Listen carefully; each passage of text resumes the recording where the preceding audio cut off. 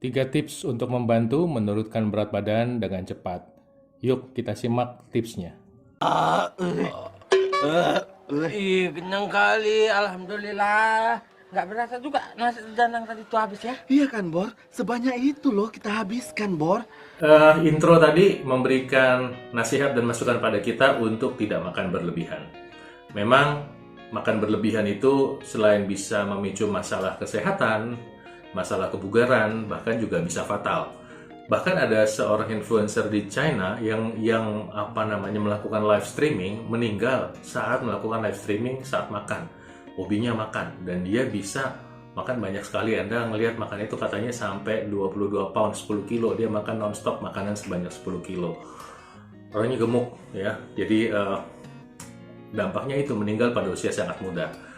Bahwa masalah ini bisa mengganggu banyak orang ya jelas gitu, dan beberapa YouTuber juga sudah mengalami hal seperti itu. Mungkin tidak live streaming ya, tapi dampak makan berlebihan yang ditampilkan di media sosial itu bisa memicu bahkan masalah kematian mendadak.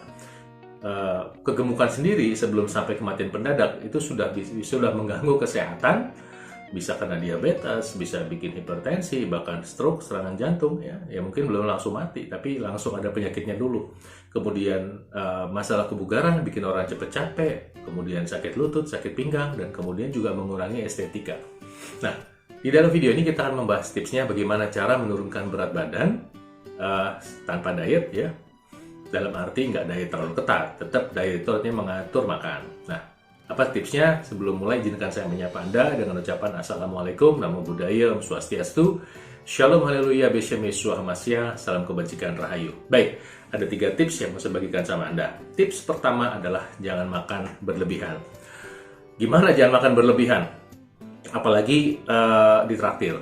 Apalagi kita punya kesempatan atau fasilitas untuk bisa makannya banyak. Misalnya di kantor Anda bisa makan nambah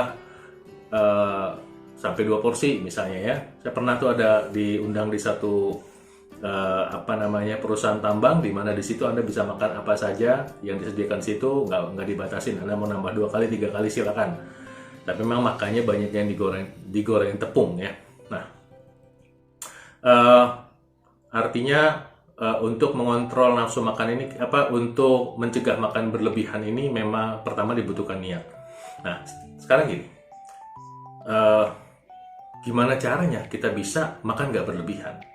Nah, kalau Anda sudah pengen punya kesadaran itu, akan saya bagikan caranya. Caranya adalah memang satu, kata kunci yang penting adalah menahan nafsu makan. Nah, menahan nafsu makan ini juga ada 2 cara. Cara pertama adalah menghindari makanan yang bisa meningkatkan nafsu makan berlebihan. Nafsu makan boleh, tapi nafsu makan berlebihan jangan. Apa itu? Pertama, vetsin atau mecin yang berlebihan. Kedua, gula. Makanan ditaburi gula, sambal dikasih gula, kuah sayur dikasih gula. Kemudian mau goreng tempe, mau goreng pisang, mau goreng tahu, dikasih tepung, tepungnya dikasih gula. Ini gula tuh meningkatkan hormon serotonin, hormon feel good yang membuat orang pengen makan lagi dan lagi, selain micin. Kemudian goreng. Goreng itu membuat rasa gurih sehingga orang pengen makan lagi. Jadi kebayang nggak kalau digabung tuh gula, kemudian mecin, goreng. Selain itu apalagi pemanis buatan seperti aspartam juga bisa meningkatkan nafsu makan. Jadi salah satu kata kunci penting adalah menghindari makanan ini.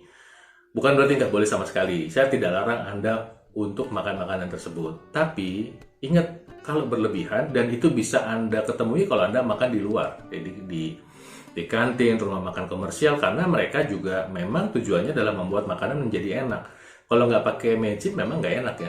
Nah, sekarang siapa yang mau jual makanan nggak enak? Kan nggak laku kan begitu. Wajar-wajar saja itu. Tapi adalah tanggung jawab Anda untuk memilih makanan-makanan yang lebih sehat, dan kalau bisa memang tidak terlalu banyak makan yang di luar. Nah, tips kedua adalah untuk mengontrol nafsu makannya. Nah, ini ada beberapa materi yang bisa kita konsumsi. Yang pertama adalah kopi. Kopi mengandung kafein, di mana kafein ini juga ternyata yang biasanya kita kenal kafein itu membantu meningkatkan energi, meningkatkan kewaspadaan, kafein membantu kontrol gula darah, kafein bisa membantu proses pembakaran lemak. Kafein yang sama juga bisa menekan nafsu makan. Jadi minum kopi, tapi syaratnya nggak pakai gula. Nggak usah takut, kopi bisa menyebabkan masalah pada lambung. Seandainya minum kopi tanpa gula, itu tidak terlalu merusak lambung. Nah, tapi kalau kopi pakai gula, memang nanti gulanya bisa meningkatkan keasaman lambung. Nah, jika toh Anda punya masalah dengan lambung, ada tips tambahan lagi, makanlah pepaya sebelum makan rutin. Nanti kita pada tips itu nyampe ya. Nah, minuman kedua adalah teh. Mau teh hitam atau teh hijau, itu ternyata bisa membantu menekan nafsu makan. Dengan catatan, teh hitamnya atau teh hijaunya nggak pakai gula. Mereka mengandung polifenol yang bisa membantu menekan nafsu makan, selain membantu menurunkan tekanan darah, membantu kontrol gula darah, membantu pembakaran lemak. Ternyata bisa membantu kontrol nafsu makan. Jadi itu penting kalau misalnya katakanlah Anda pergi ke satu restoran atau rumah makan atau kantin, di situ tersedia teh, Anda bisa konsumsi tehnya tuh untuk membantu Anda menekan nafsu makan supaya nggak berlebihan. Nah, minuman ketiga adalah jahe. Jahe juga mengandung fitokimia yang bisa membantu menekan nafsu makan. Dengan catatan jahenya mungkin tidak pakai gula. Nah, untuk konteks menekan nafsu makan mungkin pada saat sebelum makan tanpa gula. Tapi setelah itu kalau Anda ingin menikmati jahe yang agak ada rasa manis, ya mungkin Anda bisa tambahkan madu dan atau gula aren. Jadi ada 3 minuman ya untuk mencegah Anda punya keinginan makan berlebihan. Jadi minum kopi, minum teh, minum jahe. Tehnya 2 macam, teh hitam atau teh hijau.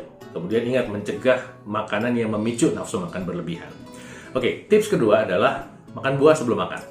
Kalau Anda makan buah sebelum makan, bayangkan begini, ilustrasinya, ini contoh aja nih. Seandainya Anda punya lambung yang muat 2 piring nasi. Kalau ada orang tertentu bisa dijejelin jadi 3 piring, asumsi 2 ada. Nah, kalau dari lambung yang bisa muat 2 piring nasi tadi, 1 piringnya udah diisi buah-buahan, Anda tentu nggak bisa ngisi makanan terlalu banyak, ya, muntah nantinya, betul kan? Jadi kalau misalnya udah makan buah dulu, kemudian baru makan, itu akan membantu mengurangi volume makanan yang masuk, plus memperlambat kenaikan gula darah.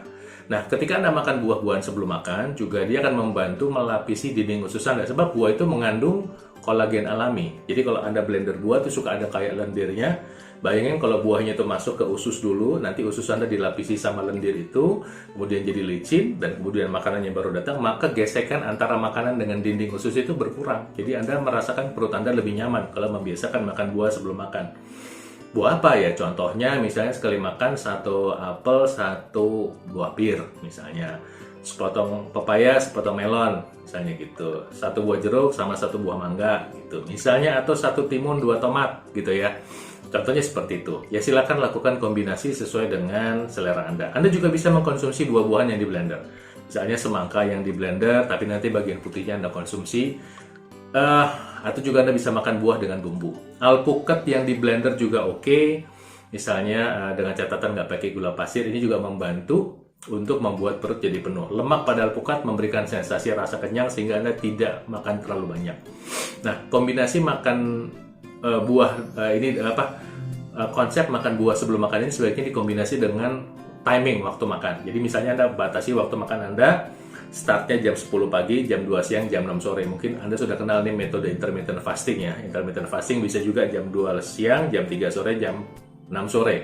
Sehingga nanti antara jam 6 sore sampai jam 12 siang itu nanti perut Anda kosong, sehingga hormon insulin tidak diproduksi terlalu banyak, sebab insulin adalah fat storage hormone, sehingga membuat tubuh lebih mudah menimbun lemak. Dengan Anda mengkondisikan tubuh Anda puasa, maka insulin tidak diproduksi terlalu banyak, berat badan Anda bisa dicegah naik tidak terlalu tinggi, atau bahkan bisa membantu menurunkan berat badan Anda.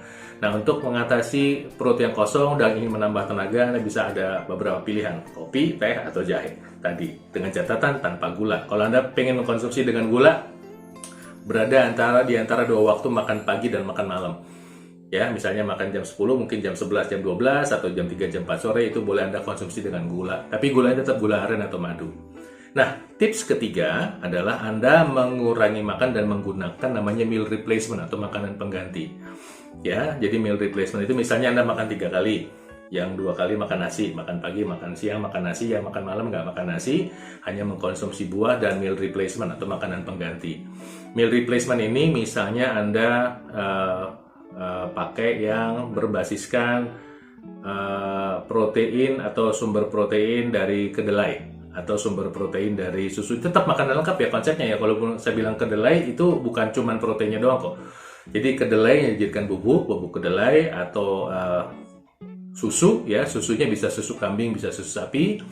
Nah, kalau pada susu sapi juga tekniknya bisa dibuat sedemikian rupa. Protein pada susu sapi namanya ada kasein dan whey protein, bisa dipisah ya. Terlalu teknis lah, tapi hanya contoh aja. Jadi ntar Anda bisa memilih makanan pengganti berupa tanda kutip susu, bisa susu hewan, bisa susu tumbuhan, bisa kombinasi. Anda beli dua-duanya, beli hewan, beli tumbuhan, Anda kombinasi, boleh juga. Boleh hewan aja, boleh tumbuhan aja, boleh kombinasi. Nah, mungkin salah satu yang bisa saya sharing sama Anda yang dari hewan, susu sapi, bisa menggunakan susu yang organik sapinya. Artinya sapinya makan rumput, kemudian tidak menggunakan penyuntikan. Kemudian misalnya bisa ditambah dengan perasa dari coklat alami, ya, dari coklat asli. Jadi bisa mendapatkan manfaat karena coklat itu punya kemampuan untuk meningkatkan kesehatan jantung. Jadi makan 3 kali seharinya, 2 kali makan berat, 1 kali makanan pengganti, atau mungkin untuk program sementara 1 kali makan berat, 2 kali makanan pengganti, itu juga boleh. Demikian 3 tips dari saya, mudah-mudahan bermanfaat. Saya doakan Tuhan Maha Kuasa memberkati Anda selalu. Salam sehat dari saya.